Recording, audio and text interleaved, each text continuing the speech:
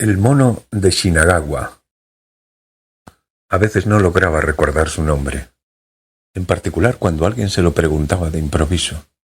Por ejemplo, en una boutique, cuando tenían que arreglarle las mangas del vestido que acababa de comprar y la dependienta le preguntaba «Perdone, ¿me puede decir su nombre?». O en el trabajo, ante el teléfono, cuando al final de una conversación alguien le decía «¿Podría repetirme su nombre, por favor?». En estos casos, su nombre se le borraba repentinamente de la memoria. Dejaba de saber quién era. De modo que, a fin de recordar cómo se llamaba, tenía que sacar el carnet de conducir de su billetero, cosa que, como es natural, hacía que su interlocutor pusiera cara de perplejidad o, si se trataba de una conversación telefónica, se extrañara ante el silencio perplejo que se había abierto al otro lado de la línea. Nunca le ocurría cuando era ella quien daba su nombre primero. Si estaba prevenida, lograba recordarlo sin problemas. Sin embargo, con las prisas, cuando no estaba en guardia y se lo preguntaban de manera inopinada, era como si se le fundieran los plomos y su mente quedara completamente en blanco. No lograba acordarse de su nombre de ninguna de las maneras. Cuantos más indicios buscaba, más la engullía aquel vacío sin contornos. Su nombre era lo único que no podía recordar. Nunca olvidaba el de las personas que la rodeaban. Ni olvidaba su dirección, ni su número de teléfono, ni la fecha de su cumpleaños, ni su número de pasaporte. Se sabía de memoria el teléfono de sus amigos y el de los clientes más importantes. Nunca había tenido problemas de memoria. Lo único que no lograba recordar era su nombre. Hacía aproximadamente un año que había comenzado a sucederle. Antes no le había pasado nunca. Se llamaba Mizuki Ando, Mizuki Osawa, de soltera. Ninguno de los dos nombres podía ser calificado de original ni de dramático. Sin embargo, eso no quería decir que, con las prisas de la vida cotidiana, nombres así tuvieran que borrarse de la memoria. Además, y eso era lo principal, aquel era su nombre, el único que tenía. Se había convertido en Mizuki Ando la primavera de hacía 3 años. Pasó a llamarse Mizuki Ando al casarse con un hombre llamado Takashi Ando. Al principio le costó familiarizarse con su nuevo nombre. Le parecía que la combinación no acababa de ser armónica, ni en lo referente a los caracteres, ni en lo referente al sonido. Sin embargo, a fuerza de pronunciarlo y de firmar una y otra vez, empezó a convencerse de que Mizuki Ando no estaba mal. Decidió que, comparado con los diversos juegos de palabras que podían muy bien darse, tales como Mizuki Mizuki o Mizuki Miki, de hecho, aunque fue por poco tiempo, estuvo saliendo con un hombre cuyo apellido era Miki, Mizuki Ando era una de las mejores opciones. Y gradualmente fue aceptándolo como propio. Sin embargo, desde hacía un año el nombre había empezado a írsele de la memoria. Al principio le sucedía una vez al mes, pero con el paso del tiempo le ocurría con mayor frecuencia. Y por aquel entonces le pasaba al menos una vez por semana.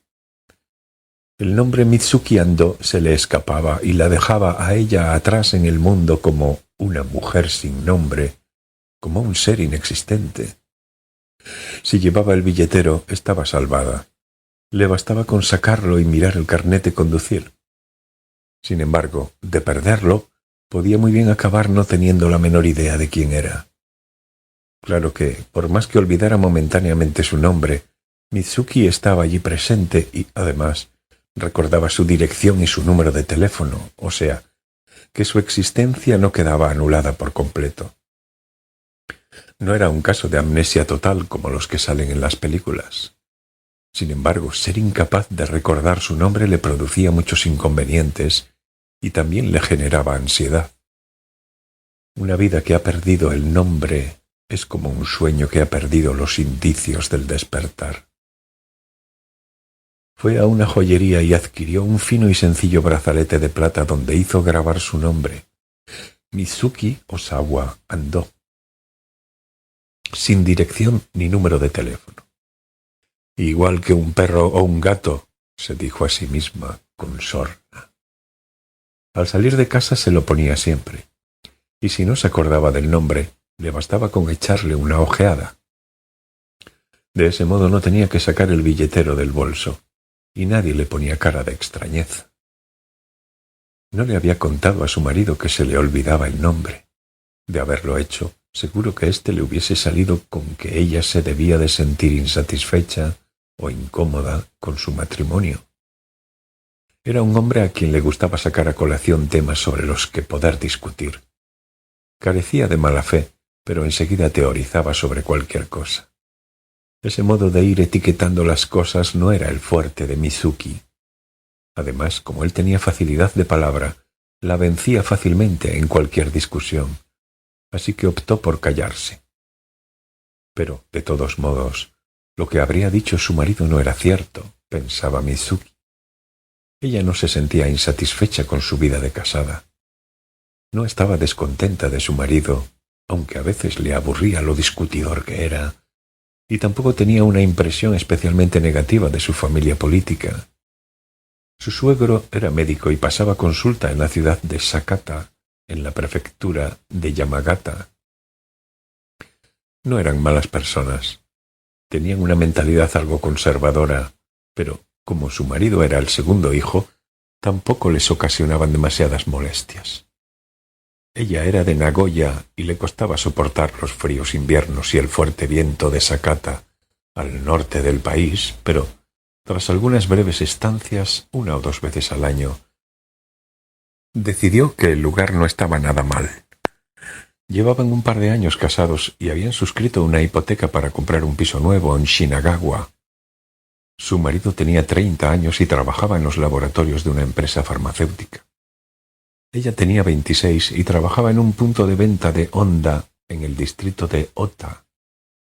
Allí contestaba al teléfono, recibía a los clientes, los acompañaba hasta el sofá y les ofrecía té o café. Hacía fotocopias cuando era necesario, archivaba los documentos y llevaba al día la base de datos de clientes introducida en el ordenador. Tras graduarse por una universidad femenina de la ciudad de Tokio, Mizuki entró a trabajar en aquel punto de venta de Honda por recomendación de un tío suyo, ejecutivo de la compañía. Su trabajo no podía calificarse de excitante, pero le habían otorgado cierta responsabilidad y, a su manera, no estaba mal. Vender directamente coches no entraba dentro de sus funciones, pero cuando los vendedores estaban ausentes, ella podía responder con libertad a las preguntas de los clientes que visitaban el punto de venta. A fuerza de observar cómo operaban los vendedores, las técnicas de venta habían dejado de tener secretos para ella y había adquirido, además, los conocimientos automovilísticos necesarios. Podía hablar convincentemente sobre la manejabilidad en la conducción del Odyssey, impensable en una furgoneta. Se sabía de memoria el consumo de todos los modelos. Era muy elocuente y su encantadora sonrisa disipaba las reservas de los compradores. Sabía distinguir en qué tipología se encuadraba cada cliente y diseñar una estrategia flexible adecuada a cada uno de ellos. Había llegado en muchas ocasiones hasta el paso previo a la firma del contrato. Sin embargo, en el último estadio, por desgracia, debía transferir la negociación al personal especializado de la empresa, porque ella no estaba autorizada a hacer descuentos, a tasar el valor del coche usado y descontárselo del nuevo, a ofrecer opciones. Aunque ella hubiese hecho más de la mitad del trabajo, al final siempre aparecía el vendedor de turno y era éste quien se llevaba la comisión. Lo único que ella recibía a cambio eran ocasionales invitaciones a cenar por parte del vendedor en cuestión. Si me encargara yo de las ventas, seguro que se venderían más coches y que los resultados generales del concesionario subirían, se decía a veces Mizuki. Si se pusiera a ello, podría vender el doble que esos jóvenes vendedores recién salidos de la universidad. Pero nadie le dijo, «Oye, Mizuki, tienes talento. Es una lástima que pierdas el tiempo clasificando documentos o contestando al teléfono. A partir de ahora te encargarás de las ventas». Así es como funcionan las empresas. Las ventas son las ventas, y el trabajo administrativo es el trabajo administrativo. Una vez asignadas las funciones, es muy difícil salirse del marco establecido. Además, ella tampoco ambicionaba ampliar su campo de acción y progresar en su carrera. Por su carácter prefería hacer, de 9 de la mañana a 5 de la tarde, el trabajo que le asignaban, tomarse el mes entero de vacaciones pagadas que le correspondía y disfrutar tranquilamente de su vida privada. En su lugar de trabajo continuaba usando su nombre de soltera. La razón principal era que le parecía muy pesado ir explicándoles uno a uno a todos los clientes que la conocían de vista los pormenores de su nuevo estado civil. Así que el apellido Osawa continuaba figurando tanto en las tarjetas como en la placa de identificación que llevaba prendida en el pecho, como en su tarjeta de fichar. Todos la llamaban señora Osawa, señorita Mizuki o Mizuki. Ella misma, cuando se ponía al teléfono, decía: «Aquí el concesionario de Honda. Le habla Mizuki Osawa». Esto, sin embargo, no implicaba rechazo alguno hacia el apellido Ando. Ella continuaba utilizando su nombre de soltera porque le daba pereza darle explicaciones a todo el mundo. Su marido sabía que en el trabajo ella seguía usando su nombre de soltera. Alguna que otra vez la llamaba a la oficina, pero nunca había formulado ninguna objeción al respecto. Pareció creer que era solo una cuestión práctica. Y el marido, si encontraba lógica una cosa, no se ponía pesado. En ese sentido era fácil de llevar. Cuando empezó a borrársele el nombre de la cabeza, a Mizuki le inquietó la posibilidad de que se tratara del síntoma de alguna enfermedad grave, del Alzheimer, sin ir más lejos. El mundo está lleno de complicadas enfermedades mortales que pueden contraerse de modo inesperado, como, por ejemplo, la miastenia o la enfermedad de Huntington, males que ella no conocía hasta hacía 4 días. Además, existían montones de enfermedades raras que ella ni siquiera había oído nombrar, y, en la mayoría de ocasiones, los primeros síntomas eran insignificantes. Cosas curiosas pero nimias, como puede ser olvidarse del nombre. Una vez que se le ocurrió esta idea, empezó a sentir una preocupación atroz pensando que, en su interior, quizás existiera el foco de una enfermedad desconocida que iba extendiéndose de forma silenciosa, pero inexorable. Mizuki acudió a un gran hospital y explicó los síntomas que presentaba. Sin embargo, el joven médico que la visitó, aquel hombre, tenía la cara de un color tan pálido e insano que más que un médico parecía un paciente. No se tomó demasiado en serio lo que ella le contaba. «¿Y, aparte de su nombre, olvida usted algo más?», le preguntó. Ella le respondió que no, que de momento lo único que a veces no lograba recordar era su nombre. Esto más bien pertenece al ámbito de la psiquiatría», dijo el médico en un tono tan desprovisto de interés como de simpatía. «Si empieza a olvidar cotidianamente otras cosas, aparte del nombre, vuelva, y le haremos los análisis pertinentes». El médico parecía querer decir que aquel hospital estaba lleno de gente con síntomas mucho más graves que los suyos y que ellos, los médicos, no daban abasto. Y que, en fin, tampoco era tan malo olvidarse del nombre de vez en cuando. Un día, mientras leía un periódico del distrito de Shinagawa que le habían dejado en el buzón junto con el correo, sus ojos se posaron en un artículo que hablaba sobre un gabinete psicológico que abría el ayuntamiento. Era un artículo de esos tan breves que normalmente se te pasan por alto. Una vez a la semana, un psicólogo ofrecía una consulta individual por un precio módico. Podía acudir cualquier vecino del distrito de Shinagawa que tuviera más de 18 años. Se respetaba estrictamente la confidencialidad. Mizuki no estaba segura de hasta qué punto le sería de utilidad un gabinete psicológico organizado por el ayuntamiento, pero todo era cuestión de probar. Total, no perderé nada con ir a ver de qué va, decidió Mizuki. En el punto de venta donde trabajaba, a diferencia de los sábados y domingos, entre semana podía tomarse con relativa libertad un día de fiesta y, además, podía ajustarse al horario que había fijado el ayuntamiento, un horario carente de todo realismo para la gente que trabajaba.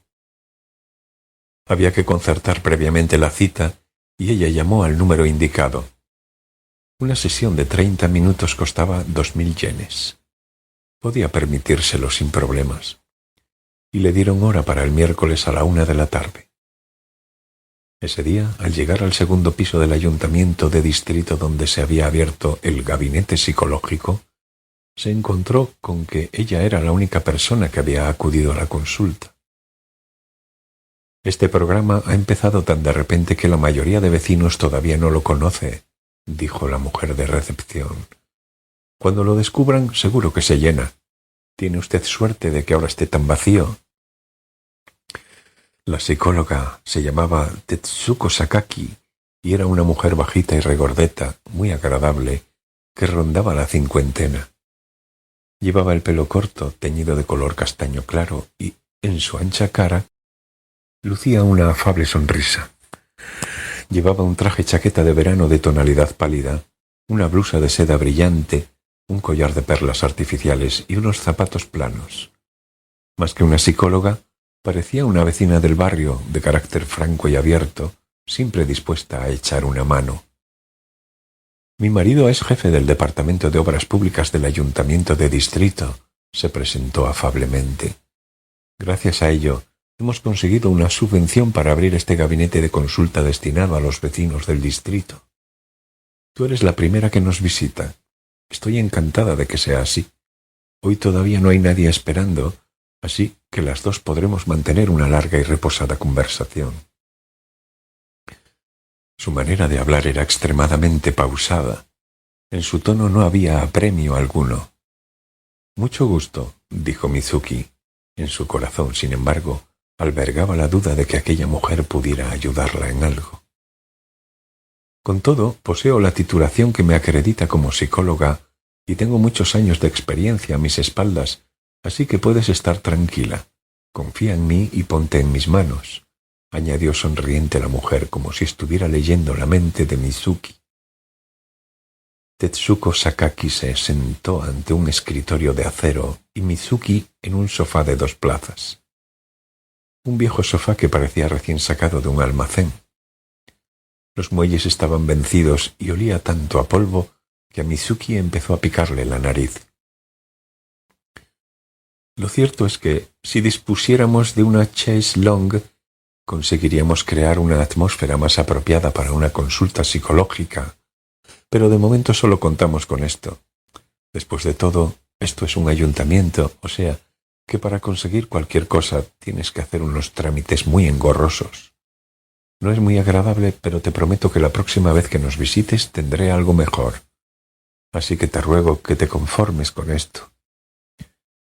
Mientras Mitsuki, hundida en aquella antigualla de sofá, le iba contando de forma ordenada a Tetsuko Sakaki cómo olvidaba cada día su nombre, ésta la escuchaba en silencio. No hacía preguntas, tampoco mostraba sorpresa alguna. Apenas dejaba escapar algún sonido que indicara que la estaba escuchando con atención. Estaba completamente absorta en lo que le estaba contando Mizuki y, de no ser por alguna mueca ocasional que se dibujaba en su rostro cuando pensaba en algo, la psicóloga hubiera esbozado, desde el principio hasta el fin, una vaga sonrisa parecida a la luna de los crepúsculos de primavera. Fue muy buena idea hacerte grabar el nombre en un brazalete, dijo en primer lugar la psicóloga cuando Mizuki acabó de hablar. Tu reacción fue muy acertada. Lo principal es intentar minimizar los inconvenientes que te ocasiona el problema en la vida diaria. Enfrentarte a él buscando medidas prácticas en vez de sentirte culpable, de darle demasiadas vueltas al asunto o de dejar que te superara. Eres una chica muy inteligente. Además, el brazalete es precioso y te sienta muy bien. ¿Cree usted que el hecho de olvidar mi nombre puede derivar hacia una enfermedad más grave? ¿Hay algún precedente?, preguntó Mitsuki. No creo que haya ninguna enfermedad que tenga una sintomatología precoz tan concreta, dijo la psicóloga. Lo que me preocupa es que, a lo largo del último año, los síntomas hayan ido apareciendo con una frecuencia cada vez mayor. Existe la posibilidad de que puedan convertirse en el disparador de otros síntomas más graves o que la pérdida de memoria se extienda a otras áreas. Es posible. Así que, ante todo, vamos a hablar tú y yo con calma e intentar descubrir de dónde surge todo esto. Porque a ti, que trabajas fuera de casa, olvidarte de tu nombre debe de ocasionarte muchos problemas, ¿verdad? Tetsuko Sakaki, la psicóloga, le hizo en primer lugar unas cuantas preguntas básicas sobre el tipo de vida que Mitsuki llevaba en el presente. ¿Cuántos años hacía que estaba casada? ¿De qué trabajaba? ¿Cómo se encontraba físicamente? Y después pasó a preguntarle cosas sobre su infancia, sobre la composición de su familia, sobre la escuela, sobre cosas divertidas y no tan divertidas, sobre lo que se le daba bien y lo que no se le daba tan bien. Mitsuki fue contestando a todas las preguntas con sinceridad, rapidez y exactitud. Había crecido en una familia normal y corriente. Su padre trabajaba en una compañía aseguradora de seguros de vida. Su familia no era acomodada, pero Mitsuki no recordaba haber padecido nunca dificultades económicas. Su familia la formaban sus padres y una hermana mayor. Su padre era una persona muy formal. Su madre tenía un carácter quisquilloso y era un poco pesada. Su hermana era de las que sacan siempre las mejores notas de la clase, pero, a ojos de Mitsuki, era un poco superficial y aprovechada. Sin embargo, Mitsuki jamás tuvo ningún problema en particular con su familia y había logrado mantener con ellos una buena relación. Jamás habían tenido una disputa grave. Ella había sido una niña que llamaba poco la atención. Estaba llena de salud, jamás había estado enferma, pero no tenía grandes aptitudes para el deporte. No se sentía acomplejada por su físico, pero nunca la habían llamado guapa. Era inteligente, ella misma lo sabía, pero jamás había destacado en ninguna área concreta. Sus notas eran normales, eso sí, su nombre estaba más cerca del principio que del final de la lista. En la escuela tenía varias buenas amigas, pero todas se habían dispersado al casarse y ahora apenas mantenía el contacto con ellas.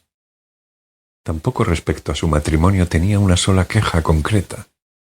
Al principio tuvieron que aprender ambos de sus errores, pero habían logrado establecer una sólida vida matrimonial. Su marido no era perfecto, por supuesto. Era discutidor, tenía mal gusto en el vestir, pero también poseía muchas virtudes.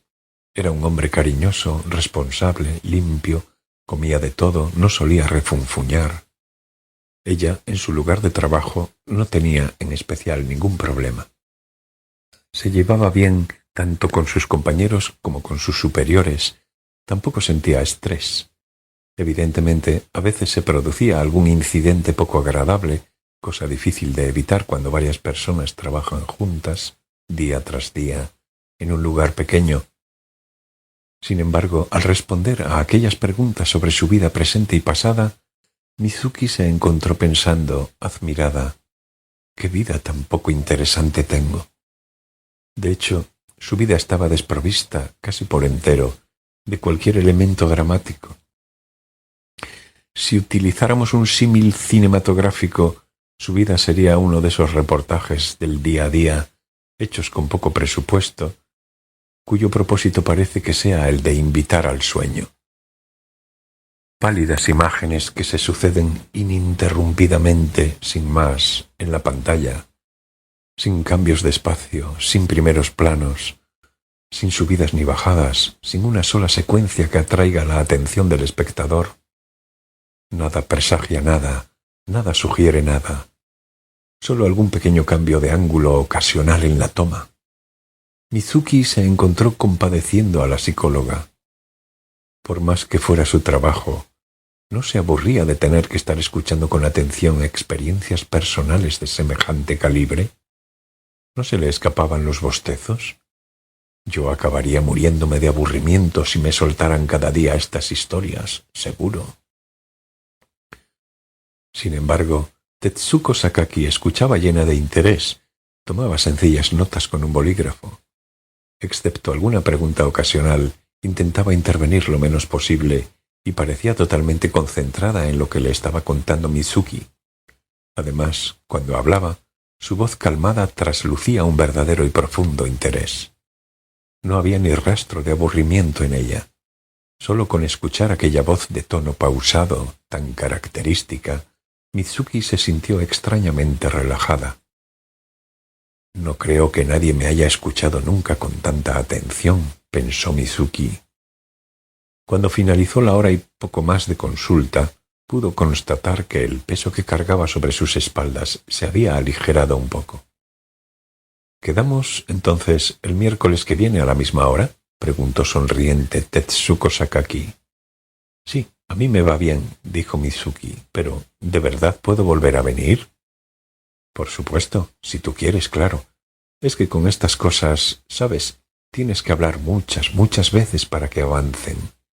Esto no es un programa de consulta de la radio donde te responden lo que toca, te sueltan un «eso es todo, ánimo» y listos. Quizá nos lleve algún tiempo, pero nos lo vamos a tomar. Porque las dos somos vecinas de Shinagawa, ¿no? Entonces, ¿hay algún incidente que recuerdes relacionado con nombres?, le preguntó Tetsuko Sakaki al principio de la segunda sesión. ¿Con tu nombre, con el de otra persona, con el de algún animal de compañía, con el de algún lugar a donde hayas ido, con algún apodo, con cualquier cosa que tenga algo que ver con nombres? Si tienes algún recuerdo relacionado con algún nombre, dímelo».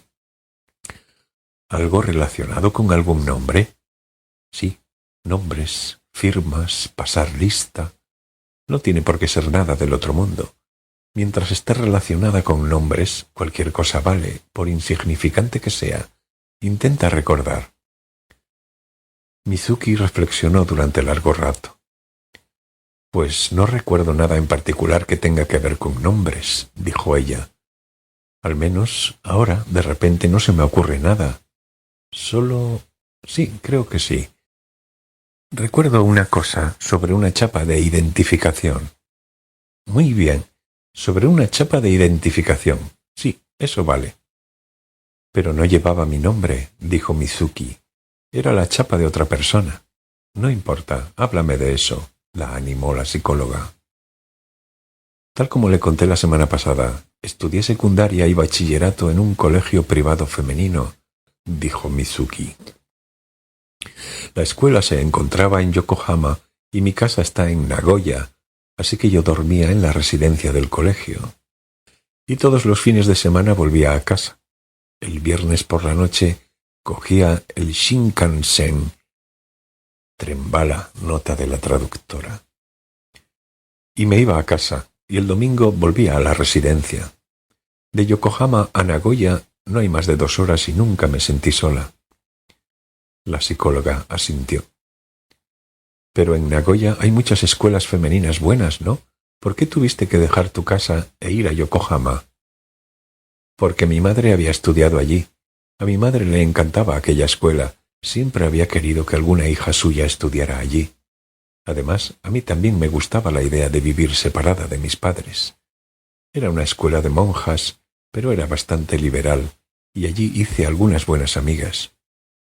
Todas ellas venían de algunos lugares de Japón, como yo.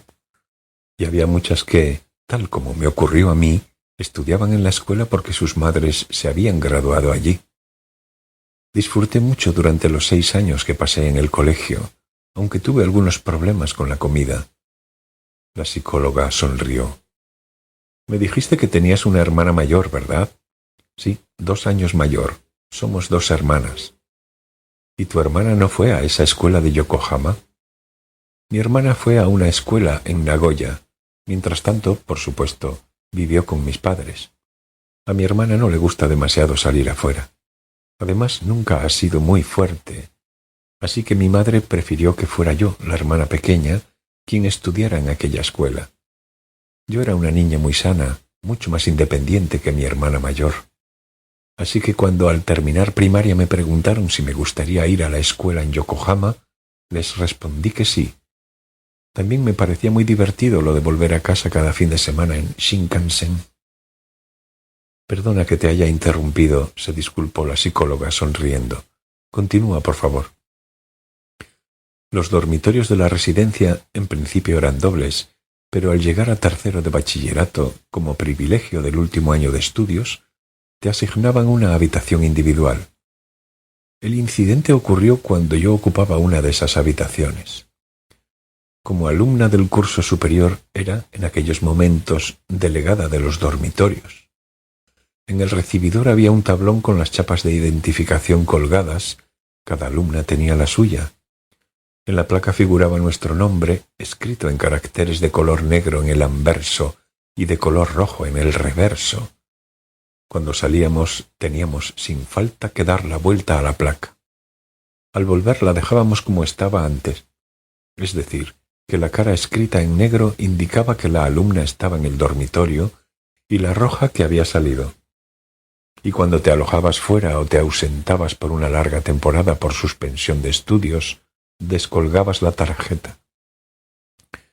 Los alumnos estábamos en recepción por turno, pero cuando llamaban por teléfono, por ejemplo, nos bastaba con echar una ojeada a las chapas para saber si la persona en cuestión se encontraba en el dormitorio o no. Era un sistema muy práctico. La psicóloga asintió, alentándola a continuar.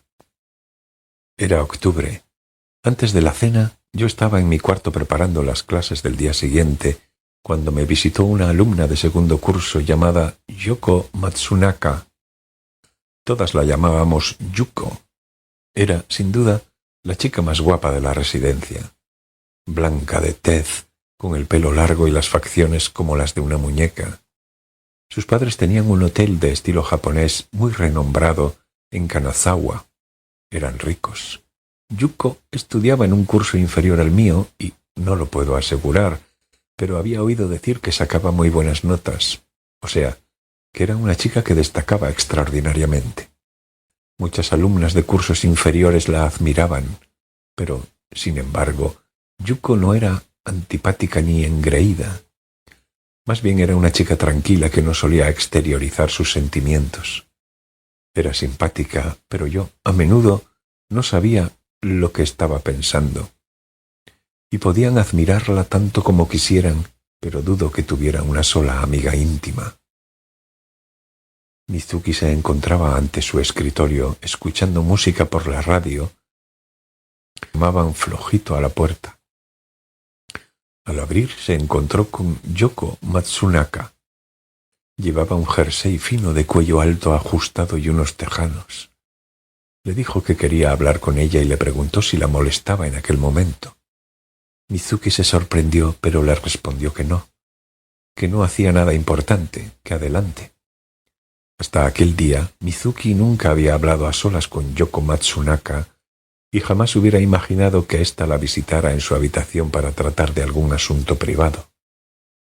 Le ofreció una silla y le preparó un té con el agua caliente del termo.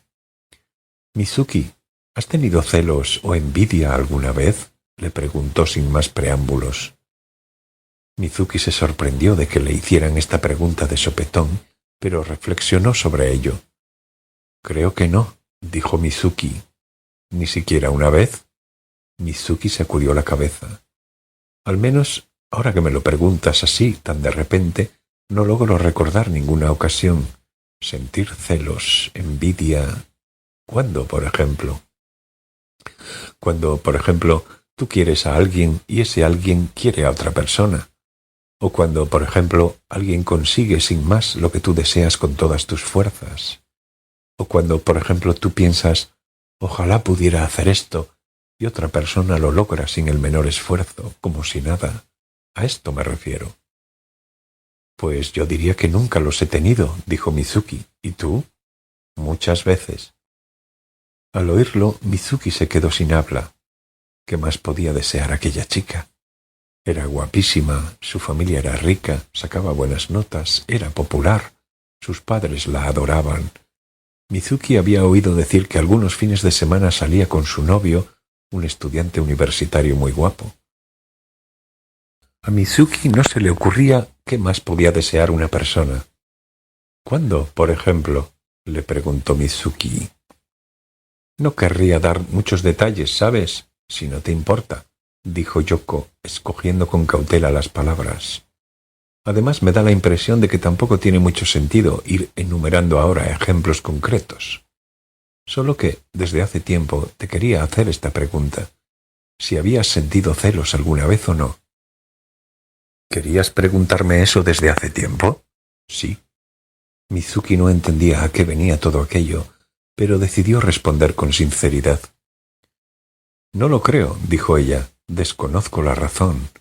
Y no deja de ser extraño, porque no es que tenga mucha confianza en mí misma, la verdad. Y tampoco poseo, ni mucho menos, todo lo que me gustaría. Más bien al contrario, hay un montón de aspectos con los que me siento bastante insatisfecha. Pero, a pesar de ello, nunca he envidiado a nadie. ¿Por qué será? Una pequeña sonrisa afloró en los labios de Yoko Matsunaka. Me da la impresión de que la envidia no tiene nada que ver con las circunstancias reales u objetivas. Quiero decir que no es que las personas favorecidas por la fortuna no deban sentir envidia de los demás, y que las menos favorecidas sí puedan experimentarla. La envidia no es así. Es como un tumor en nuestro interior que nace a su antojo en algún lugar desconocido por nosotros y, sin atender a razones lógicas, se va desarrollando deprisa.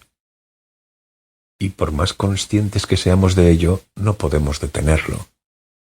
Y no es que la gente afortunada no tenga tumores y que a la gente desgraciada le salgan con facilidad, ¿verdad? Pues es lo mismo. Mizuki escuchaba en silencio. En muy contadas ocasiones, Yoko Matsunaka pronunciaba un discurso tan largo. Es muy difícil de explicar a una persona que nunca la haya sentido. Déjame decirte solamente que convivir día tras día con la envidia no es nada fácil. En realidad, es como ir acarreando contigo un pequeño infierno. Y tú, Mizuki, puedes sentirte muy afortunada de no haberla experimentado jamás. Tras decir esto, Yoko Matsunaka se calló y miró de frente a Mizuki, que la escuchaba con una expresión casi sonriente. «Qué chica tan guapa», pensó Mizuki una vez más. «Bonita figura, un busto precioso. ¿Cómo debe de sentirse una chica tan guapa como ella, tan guapa que llama la atención vaya a donde vaya? No puedo ni imaginármelo. ¿Debe de sentirse orgullosa por ello y encontrarlo simplemente divertido? ¿O debe de causarle, de alguna manera, alguna preocupación?» Sin embargo, con todo, Mizuki nunca había envidiado a Yoko. «Ahora me vuelvo a casa», dijo Yoko contemplándose las manos sobre las rodillas. «Un pariente mío ha muerto y debo asistir al funeral. Hace un rato, la profesora me ha dado permiso. No podré volver hasta el lunes por la mañana. ¿Podrías guardarme, mientras tanto, la chapa de identificación?» Tras pronunciar estas palabras, se sacó la chapa del bolsillo y se la entregó a Mizuki. Ésta no lograba entenderlo. «No me importa lo más mínimo guardártela», dijo Mizuki, «pero, ¿por qué me pides que te la guarde? Bastaría con que la metieras en algún cajón». Yoko Matsunaka se quedó mirando a Mizuki con más intensidad que antes a la cara. Mizuki se sintió incómoda al ser observada de aquel modo. «Esta vez me gustaría que me la guardases tú», dijo Yoko Matsunaka con tono resuelto. «Hay algo que me preocupa y no quiero dejarla dentro en la habitación». «De acuerdo», dijo Mizuki. «No quiero que me la robe un mono mientras yo no estoy», aclaró Yoko Matsunaka. «Me parece que en los dormitorios no hay ningún mono», comentó Mizuki alegremente. Hacer bromas tampoco era muy propio de Yoko Matsunaka. Luego Yoko salió de la habitación. Atrás dejaba la chapa, una taza de té sin tocar y un extraño vacío. El lunes, Yoko Matsunaka no volvió al internado, le contó Mizuki a la psicóloga. Cuando la tutora, preocupada, llamó a su familia, se enteró de que no había vuelto a su casa. No había muerto ningún pariente ni tampoco, por supuesto, se había celebrado un funeral.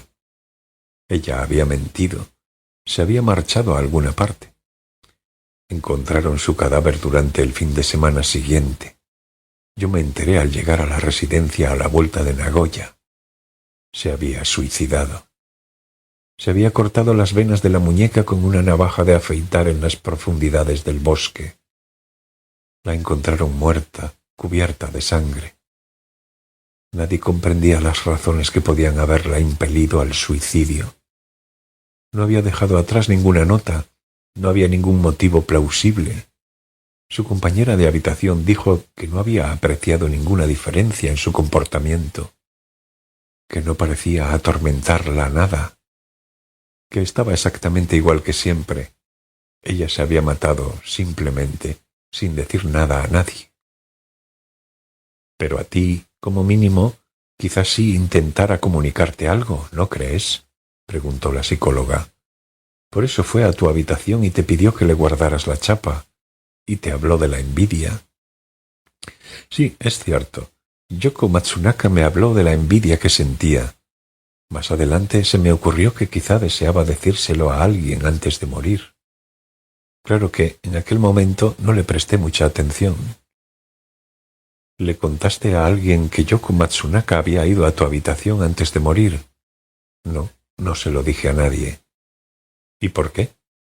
Mizuki inclinó dubitativa la cabeza. Pensé que contarlo solo hubiera servido para confundir más a todo el mundo. Nadie lo hubiera comprendido y no hubiera representado ninguna ayuda.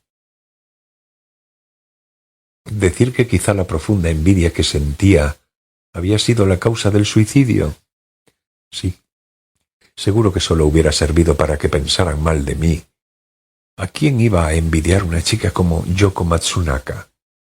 En aquellos momentos todo el mundo estaba muy conmocionado, reinaba una gran excitación. Pensé que lo mejor era callarme.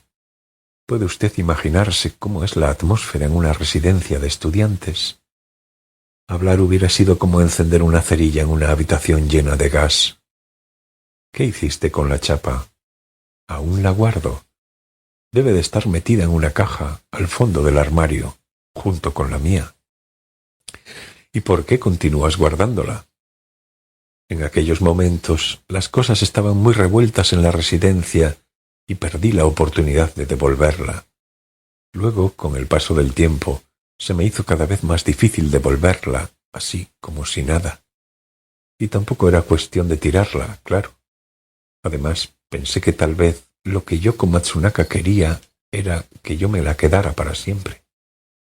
Que por eso había venido a mi habitación antes de morir y me había pedido que se la guardara.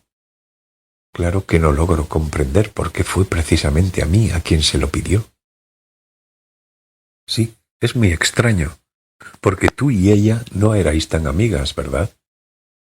Vivíamos juntas en una residencia pequeña y nos conocíamos de vista. Nos saludábamos, habíamos intercambiado algunas palabras, pero íbamos a cursos diferentes y jamás habíamos hablado de nada personal. Solo que yo era la delegada de los dormitorios. Quizá fuera por eso por lo que vino a verme a mí, dijo Mizuki. No se me ocurre otra razón. O quizá fuese porque Yoko Matsunaka, por alguna razón, sintiera interés por ti. Tal vez se sintiera atraída por ti. Quizás encontrara en ti algo especial. Eso yo no lo sé, dijo Mizuki. Tetsuko Sakaki permanecía en silencio, con los ojos clavados en el rostro de Mizuki, como si estuviera considerando algo. Por cierto, ¿es verdad que no has sentido nunca envidia? ¿Nunca en toda tu vida? ¿Ni siquiera una vez? Mizuki dejó que se hiciera una pausa. Luego respondió: creo que no, nunca. Es decir, que tú no comprendes lo que son los celos o la envidia. Lo entiendo más o menos, o sea, que puedo comprender cómo surgen, pero la sensación real, esa la desconozco. No sé lo fuertes que pueden llegar a ser, cuánto pueden llegar a durar, de qué manera sufre una persona poseída por ellos, todas esas cosas. Pues sí, dijo la psicóloga, hay varias categorías, como sucede, por otra parte, con todas las emociones humanas. Están los celos de baja intensidad, los que se conocen como celos o envidia, Estos, en mayor o menor medida, los experimenta la mayoría de la gente de manera cotidiana. Es lo que sientes cuando promocionan a un compañero de trabajo por encima de ti, cuando el profesor prefiere a otro alumno de tu clase, cuando a un vecino le toca una gran cantidad de dinero en la lotería. Esto solo es envidia. Piensas que es injusto y te enfadas un poco. En la psicología humana, esta es una reacción natural. ¿Ni siquiera de esos has sentido nunca? ¿Nunca has sentido envidia de nadie?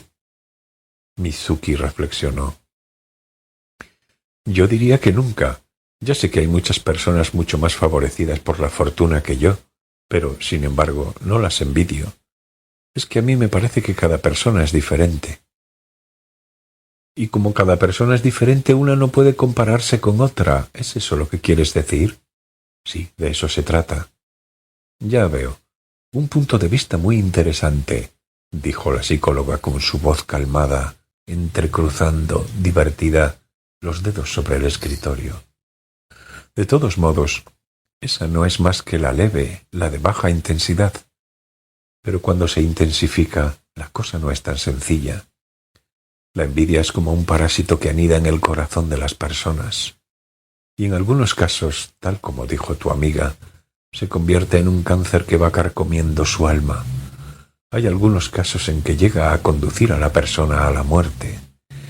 Y como no hay manera de frenarla, supone una tortura para la persona que la sufre. Al volver a casa, Mizuki sacó del armario la caja de cartón sellada con cinta adhesiva. La chapa de identificación de Yoko Matsunaka debía de estar guardada en un sobre junto con la suya.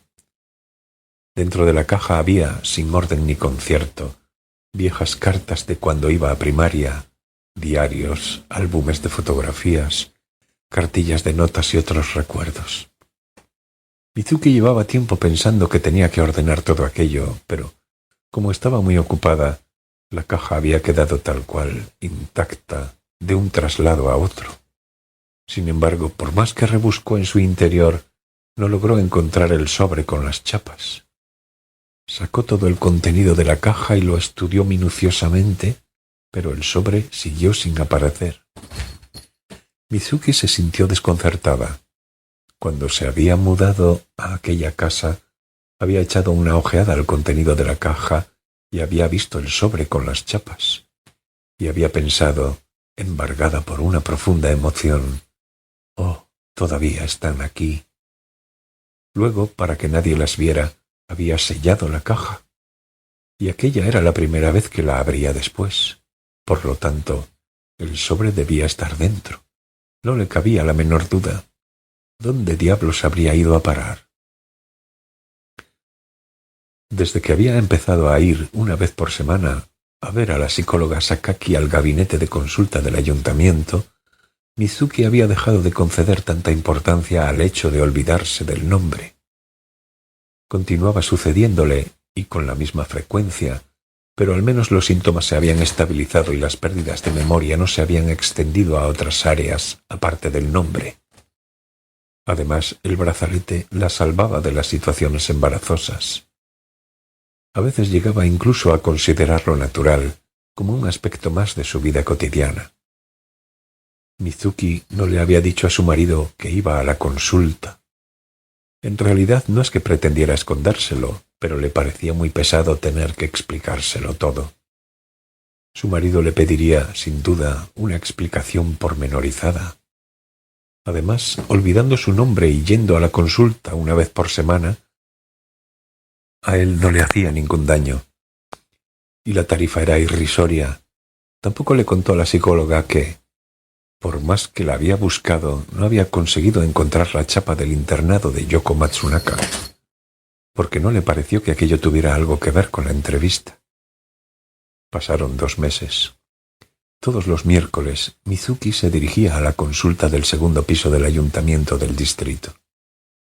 El número de personas que acudía al gabinete, al parecer, había aumentado y el tiempo de la sesión se redujo de la hora que al principio le habían concedido como trato preferente a los 30 minutos establecidos. Pero por entonces la conversación entre ambas ya estaba muy bien encauzada y habían aprendido a hacer un uso más provechoso del tiempo de que disponían.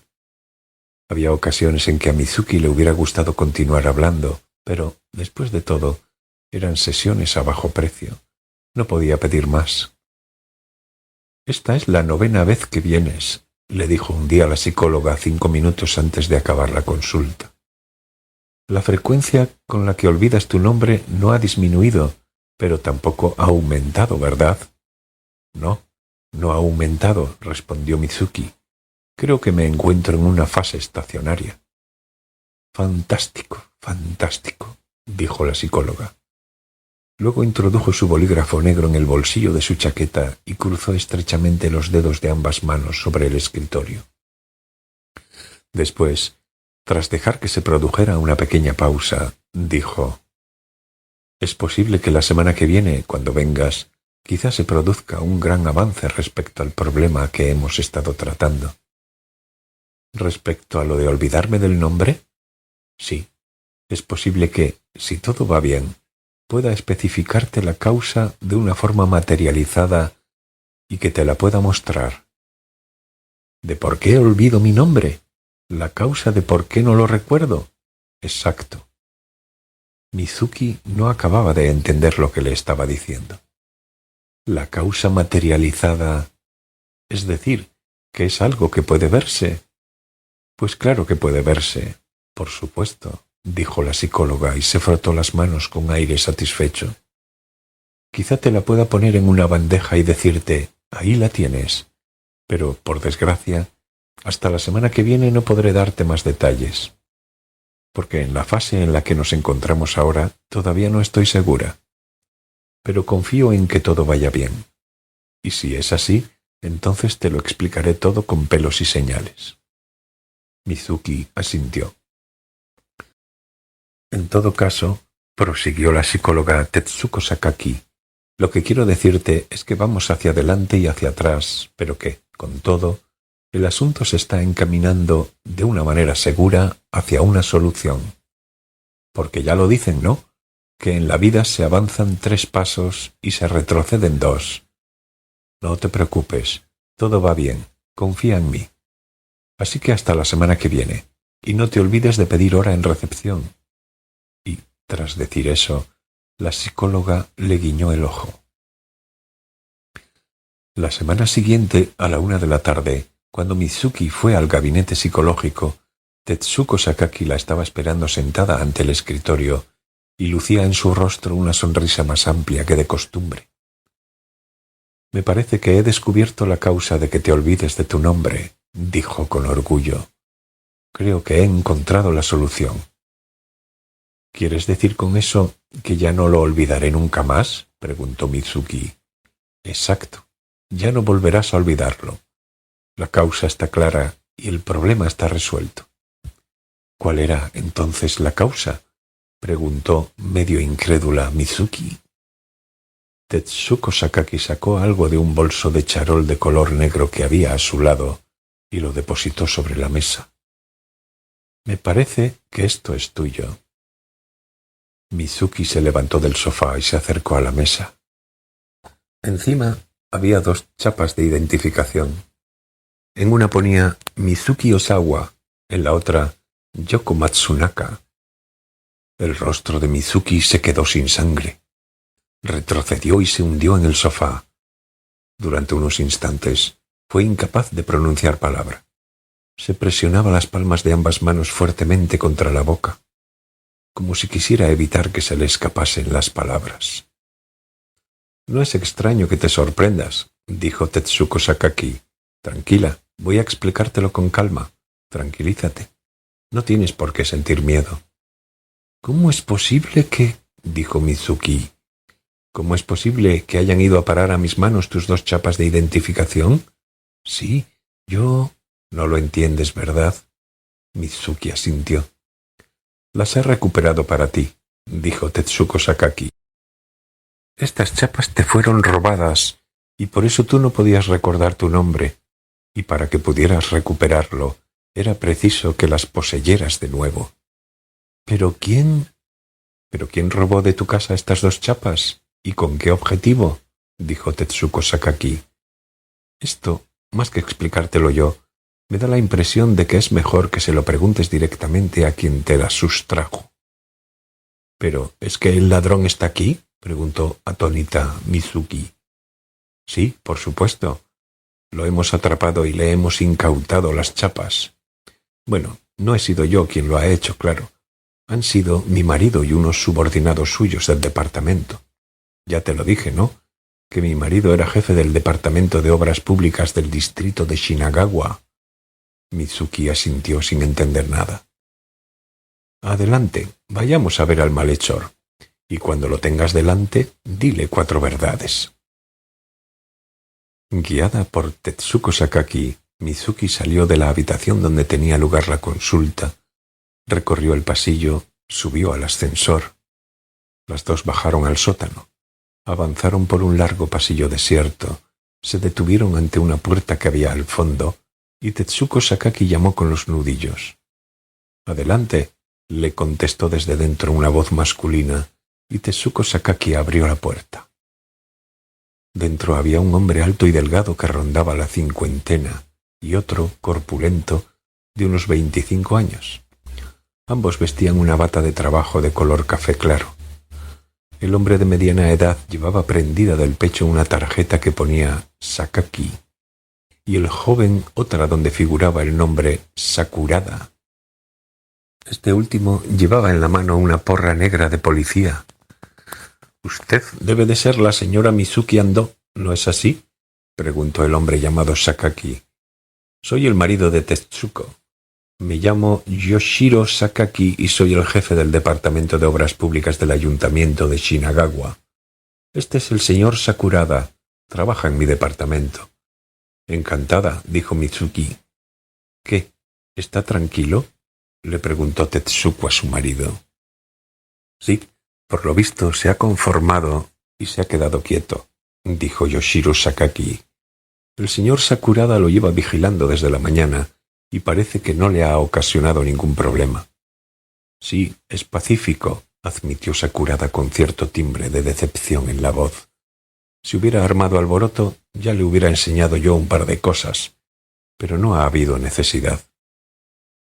Sakurada fue capitán del equipo de karate de la Universidad de Meiji. Es uno de nuestros jóvenes más prometedores, explicó el jefe de departamento, el señor Sakaki. Entonces, ¿quién robó las tarjetas de mi casa y por qué lo hizo?, preguntó Mizuki.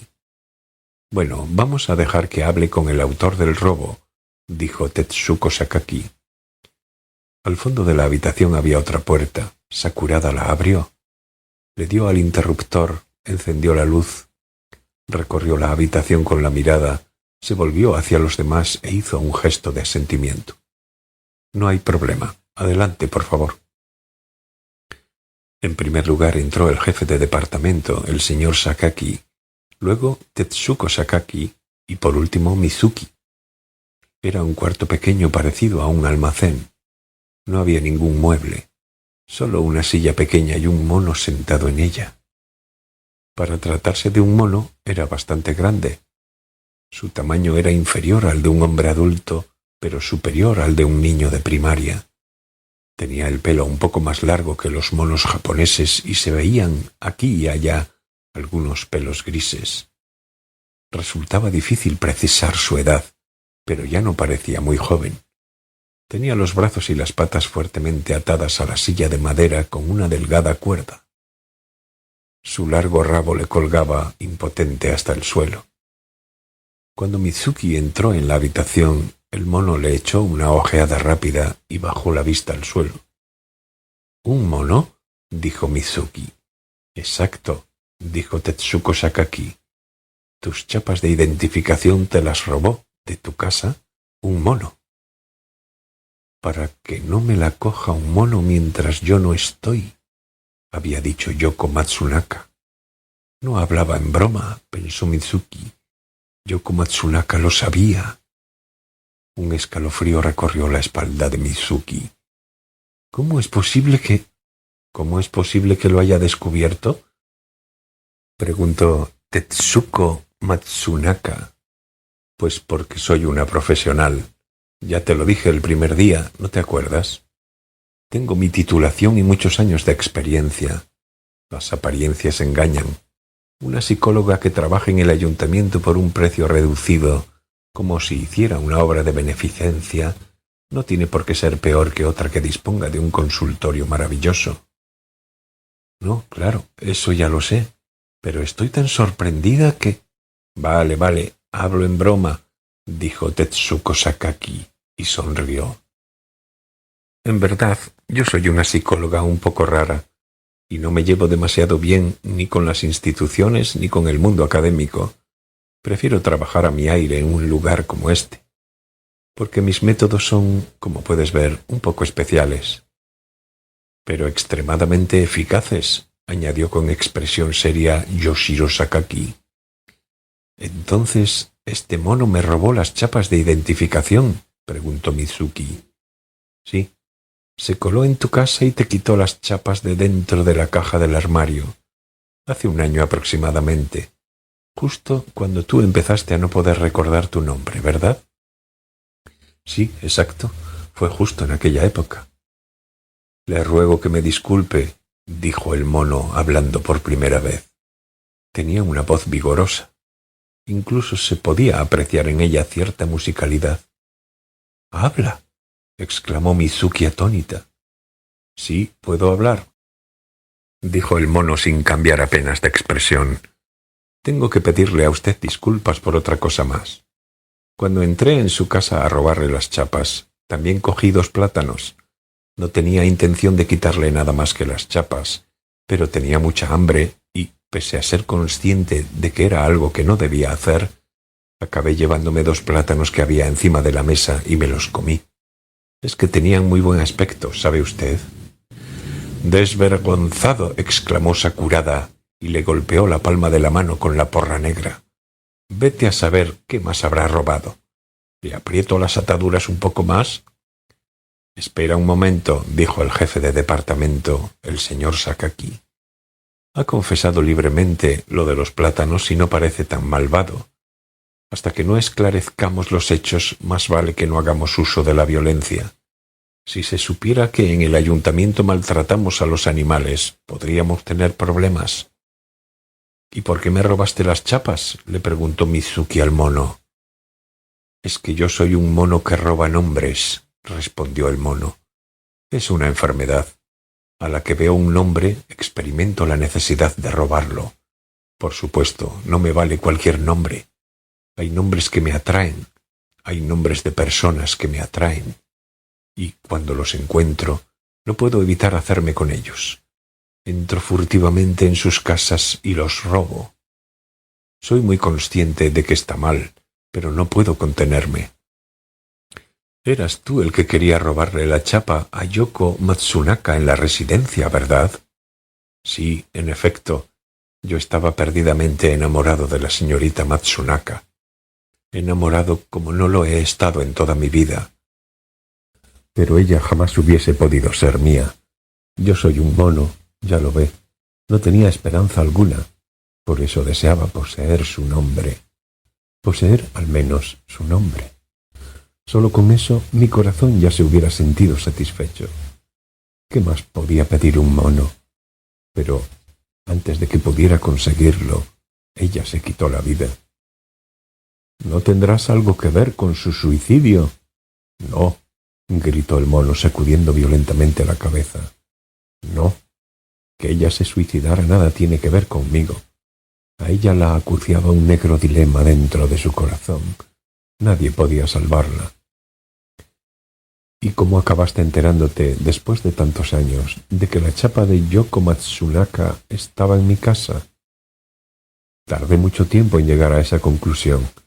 Después de que la señorita Matsunaka muriera, intenté conseguir enseguida su chapa, hacerme con ella antes de que alguien se la llevara.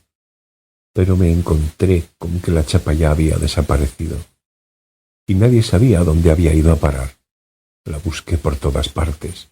Casi perdí la vida en el intento, pero no logré descubrir su paradero. En aquel momento no se me ocurrió que la señorita Matsunaka pudiera habérsela entregado a usted. porque ustedes dos no eran particularmente amigas. Cierto, dijo Mizuki. Sin embargo, tuve una chispa de inspiración y empecé a pensar que era posible que la tuviese usted. Eso fue la primavera del año pasado, pero hasta que descubrí que la señorita Mizuki Osawa se había casado, que se había convertido en la señora Mizuki Ando y que ahora vivía en una casa de Shinagawa, tardé una vez más mucho tiempo. Porque para un mono es bastante complicado hacer investigaciones de este tipo. En fin, así fue como entré a robar en su casa. Pero, ¿por qué te llevaste de pasada también mi chapa de identificación y no solo la de Yoko Matsunaka? Eso me ha hecho sufrir mucho, dejar de saber cómo me llamaba. Lo siento muchísimo, se disculpó el mono avergonzado bajando la cabeza. Cuando veo un nombre que me atrae, no puedo evitar robarlo. Me avergüenza confesárselo, pero también el nombre Mizuki Osawa cautivó mi humilde corazón. Tal como le he dicho, es una enfermedad. Ni yo mismo logro controlar mis impulsos. Pese a ser consciente de que es algo que no debe hacerse, sin darme cuenta se me escapa la mano. Lamento desde lo más profundo de mi corazón haberle ocasionado tantas molestias. Este mono vivía oculto en las cloacas de Shinagawa, dijo Tetsuko Sakaki. Así que le pedí a mi marido que lo capturaran y los jóvenes del departamento así lo hicieron. Nos ha sido de gran ayuda que él sea el jefe del departamento de obras públicas y que las cloacas se incluyan dentro de sus responsabilidades. El señor Sakurada, aquí presente, se ha esforzado mucho en atraparlo, dijo el jefe de departamento, el señor Sakaki. Al departamento de obras públicas no se le puede pasar por alto, bajo ningún concepto, el hecho de que haya un sujeto sospechoso como este oculto en las cloacas, dijo Sakurada con suficiencia. Este tipo tenía su guarida provisional bajo el suelo de Takanawa y desde ese centro de operaciones se desplazaba por las cloacas hacia cualquier punto de la ciudad. En las ciudades no hay ningún lugar donde podamos vivir. Hay pocos árboles. Durante el día es difícil encontrar zonas de sombra. A la que pisas el suelo, un tropel de gente quiere atraparte. Los niños tiran a darte con el tirachinas o con las pistolas BD. Enormes perros con pañuelos anudados al cuello nos persiguen desesperadamente. Cuando estás en lo alto de un árbol, descansando, viene un cámara de televisión y te enfoca. No podemos estar tranquilos en ningún lado. Por eso me oculté bajo el suelo. Perdónenme. Pero, ¿cómo supo usted que este mono se ocultaba en las cloacas?, preguntó Mizuki a Tetsuko Sakaki. A lo largo de estos 2 meses en los que te he estado escuchando atentamente, he ido comprendiendo varias cosas. Ha sido como si se fuera despejando la niebla, expuso Tetsuko Sakaki. Supuse que debía de haber algo que robaba nombres y pensé que, tal vez, todavía estuviera oculto en el subsuelo de la zona. Y si se trataba del subsuelo de la ciudad, las posibilidades se reducían mucho. O bien el recinto del metro o bien las cloacas. Entonces decidí pedírselo a mi marido, que investigara si en las cloacas se ocultaba alguna criatura que no fuera humana, porque yo creía que existía tal posibilidad. Y, bingo, encontraron al mono. Mizuki se quedó sin habla durante unos instantes. Pero, solo escuchando lo que yo le contaba, ¿cómo logró descubrirlo? No queda bien que lo diga yo, siendo su marido, pero mi mujer posee una capacidad especial que no tiene el común de la gente, dijo el jefe del departamento, el señor Sakaki, con expresión formal. En los 22 años que llevamos casados, he visto muchas cosas que me han llenado de asombro. Por eso me esforcé tanto en conseguir que el ayuntamiento abriera el gabinete psicológico, porque estaba convencido de que si ella disponía de un espacio donde desarrollar su talento, podría ser de gran ayuda a los vecinos del barrio de Shinagawa. En fin, lo que ahora importa es que el caso del robo de nombres haya quedado aclarado. Me siento muy contento por ello y también aliviado. ¿Y qué van a hacer con el mono que han atrapado?, preguntó Mizuki. No podemos dejarlo vivir, dijo como si nada Sakurada. Una vez se ha adquirido un vicio es imposible desprenderse de él. Diga lo que diga ahora, reincidirá en alguna otra parte. Acabemos con él, es lo mejor. Si le inyectamos en la vena una alta concentración de desinfectante, solucionamos el problema en un abrir y cerrar de ojos. Espera un momento, dijo el jefe del departamento, el señor Sakaki. Sean cuales sean nuestras razones, si se llegara a saber que hemos matado un animal, seguro que llegarían quejas y nos encontraríamos con un gran problema. Acuérdate de lo que pasó hace un tiempo cuando matamos aquellos cuervos. Recuerda el revuelo que se armó. Quiero evitar problemas. Por favor, no me maten, suplicó el mono atado como estaba, haciendo una profunda inclinación de cabeza. He cometido una mala acción. Lo que hice es reprobable, sin lugar a dudas. Eso lo sé perfectamente bien. He ocasionado un montón de problemas a los señores humanos. Pero, y no es que con ello pretenda quitarme culpa, también hay algo positivo en mi acción. ¿Qué elemento positivo puede haber en robarle el nombre a la gente? Dime uno, le espetó con tono duro el jefe del departamento, el señor Sakaki. Sí, señor, yo robo nombres, en efecto, pero al mismo tiempo me llevo también parte de los elementos negativos que cada nombre conlleva. Quizá les parezca que me lo estoy inventando, pero existe una pequeña posibilidad de que, si yo no hubiera fracasado en el intento de robarle el nombre a Yoko Matsunaka, ella no se hubiese quitado la vida. ¿Y eso por qué?, preguntó Mizuki. Porque si hubiera logrado arrebatarle el nombre, le hubiese sustraído al mismo tiempo parte de las tinieblas que ocultaba en su corazón, y junto con el nombre me las hubiese llevado al mundo subterráneo, dijo el mono. Vaya un argumento para salir del paso, exclamó Sakurada. Como se está jugando la vida, este mono se exprime los sesos, que es un contento, y se saca de la manga el primer pretexto que se le ocurre. No lo creo. Quizá tenga parte de razón, dijo Tetsuko Sakaki, que estaba reflexionando con los brazos cruzados. Se dirigió al mono y le preguntó: «Cuando robas un nombre, ¿te llevas junto con lo bueno también lo malo que éste conlleva?» «Así es, en efecto», respondió el mono. «Nosotros no podemos elegir, no podemos tomar solo lo que nos place. Los monos nos llevamos también lo malo que hay en el nombre que robamos. Lo tomamos todo en conjunto. Por favor, no me maten. Soy un estúpido mono que tiene un mal vicio, pero eso no quiere decir que no les pueda ser útil en absoluto». «Entonces, ¿qué había de malo en mi nombre?», le preguntó Mizuki al mono. «Eso no quiero decirlo delante de la persona a la que pertenece el nombre», dijo el mono. «Dímelo», rogó Mizuki. «Si lo haces, te perdonaré, y les pediré a los aquí presentes que te perdonen también». «¿De verdad? ¿Lo perdonarían ustedes si me lo explica todo con sinceridad?», le preguntó Mizuki al jefe del departamento, el señor Sakaki. El mono en sí mismo no es malo, y en estos mismos instantes ya está purgando su culpa. Si, tras aleccionarlo bien, lo lleváramos a las montañas de Takao y lo soltáramos allí, no creo que volviera a cometer ninguna mala acción. ¿Qué le parece? Si a usted le parece bien, no tengo nada que objetar, dijo el jefe de departamento, señor Sakaki. Luego se dirigió al mono. Tú, ¿prometes no volver a pisar nunca más el distrito 23? Sí, señor jefe de departamento. Nunca más volveré al distrito 23. A partir de ahora no les ocasionaré ninguna otra molestia. No volveré a deambular por las cloacas. Ya no soy joven y creo que esta es una buena oportunidad para cambiar de vida, prometió el mono con expresión sumisa.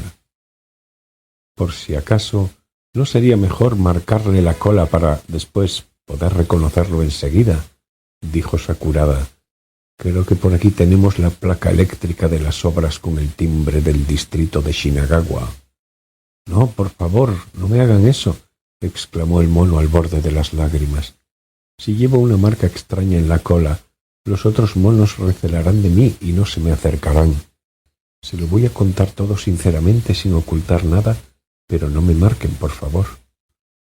Deja correr lo de la marca, intercedió el jefe de departamento, señor Sakaki.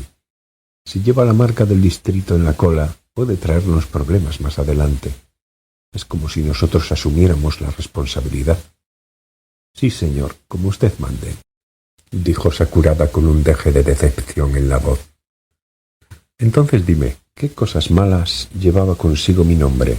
Preguntó Mizuki mirando fijamente los ojillos rojos del mono. Es posible que mis palabras la hieran, señora Mizuki. No importa, habla. El mono, apurado, reflexionó unos instantes. Varias arrugas surcaron su frente. Tal vez sería mejor que no las escuchase. Es igual, quiero saber la verdad. De acuerdo, dijo el mono. En ese caso voy a decírselo sin rodeos. Su madre no la quiere. Jamás la ha querido, ni ahora ni cuando usted era niña. Desconozco las razones. Pero es así. Tampoco su hermana mayor la quiere a usted. Su madre la envió al colegio de Yokohama con la finalidad de sacársela de encima, porque tanto su madre como su hermana preferían tenerla lo más lejos posible. Su padre no es en absoluto una mala persona, pero tiene un carácter muy débil y no fue capaz de protegerla. Por esta razón, usted, desde pequeña, ha estado falta de amor. En el fondo usted siempre lo ha sabido, pero ha intentado ignorarlo intencionadamente. Ha desviado los ojos de esa realidad, la ha ocultado en el fondo de su corazón, ha puesto una tapa encima y ha intentado vivir sin pensar en cosas que puedan hacerla sufrir, sin ver las cosas desagradables. Ha vivido sofocando este sentimiento negativo, y esta postura defensiva ha pasado a formar parte de su personalidad. ¿No es cierto?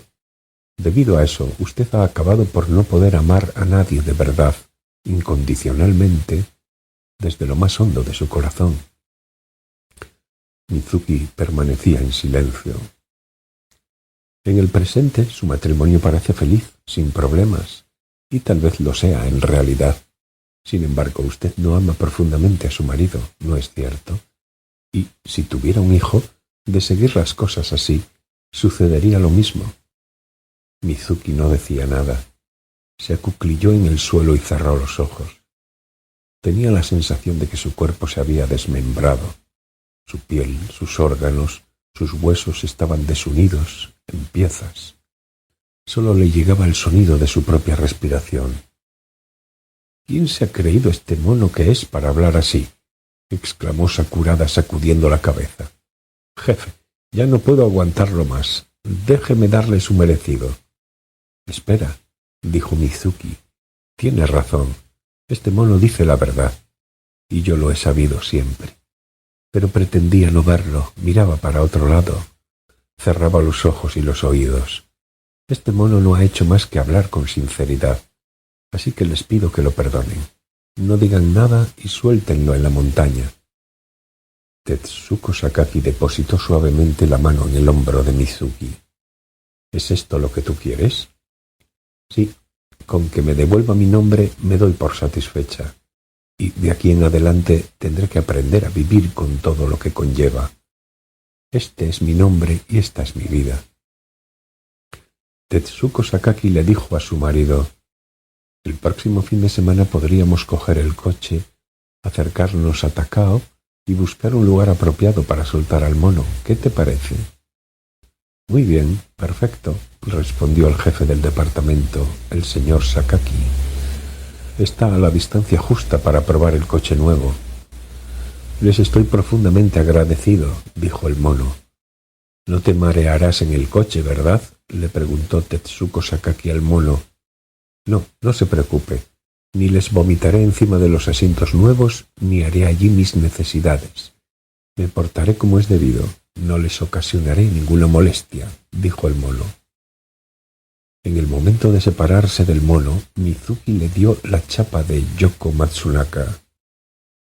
Esto es mejor que te lo quedes tú, le dijo Mizuki al mono. Estabas enamorado de ella, ¿no es cierto? Sí, lo estaba. Entonces guarda bien esta chapa, y no vuelvas a robarle nunca el nombre a alguien. Sí, esta chapa será lo más preciado que tenga. Y no volveré a robar nunca jamás, prometió el mono mirándola con expresión seria. ¿Por qué debió de pedirme Yoko Matsunaka antes de morir que le guardase la chapa? ¿Por qué me lo pidió precisamente a mí? Eso yo no lo sé, respondió el mono, pero en todo caso, gracias a ello hemos podido encontrarnos y hablar. Tal vez haya sido un designio de la fortuna. Sí, seguro que sí, dijo Mizuki. ¿La ha herido lo que le he dicho? Sí, respondió Mizuki, creo que sí. Muy hondo. Lo siento mucho, la verdad es que yo no quería hablar. No importa, en el fondo de mi corazón yo eso ya lo sabía, y en realidad tenía que enfrentarme a este hecho antes o después. Me siento aliviado al oírlo, dijo el mono.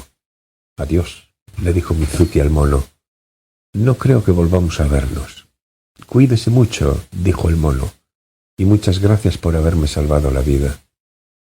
Oye, tú, no vuelvas a poner los pies en el distrito de Shinagawa, espetó Sakurada dándose golpecitos con la porra en la palma de la mano. Hoy te has salvado gracias a la consideración del jefe, pero si te vuelvo a ver, te aseguro que no saldrás con vida. Y el mono sabía que no era una simple amenaza. ¿Y qué, la semana que viene?, le preguntó Tetsuko Sakari a Mizuki, de vuelta en el consultorio. ¿Hay algo más de lo que quieras hablarme? Mizuki negó con la cabeza. No, gracias a usted, doctora, mi problema se ha solucionado por completo. Le estoy muy agradecida. ¿Y no necesitas hablar conmigo de lo que te ha dicho el mono? No, creo que podré sobrellevarlo sola. Antes que nada, tengo que reflexionar sobre ello con calma. Tetsuko Sakaki asintió. Sí, creo que eres muy capaz de enfrentarte a ello sola. Si te lo propones, seguro que te fortalecerás. Mizuki dijo, pero si me encontrara en un callejón sin salida, ¿podría volver? Por supuesto, respondió Tetsuko Sakaki, y una amplia sonrisa dividió en dos su rostro flexible. Y entonces, entre las dos, volveremos a atrapar algo. Se dieron la mano y se separaron. Al volver a su casa, Mizuki metió dentro de un sobre marrón la vieja chapa donde ponía Mizuki Osawa y el brazalete con el nombre Mizuki Osawa Ando grabado. Cerró el sobre y lo guardó dentro de la caja de cartón del armario. Había recuperado su nombre. A partir de aquel momento volvería a vivir con ese nombre. Las cosas quizá le irían bien, o tal vez no. Pero, en todo caso, ese era su nombre, el único que tenía.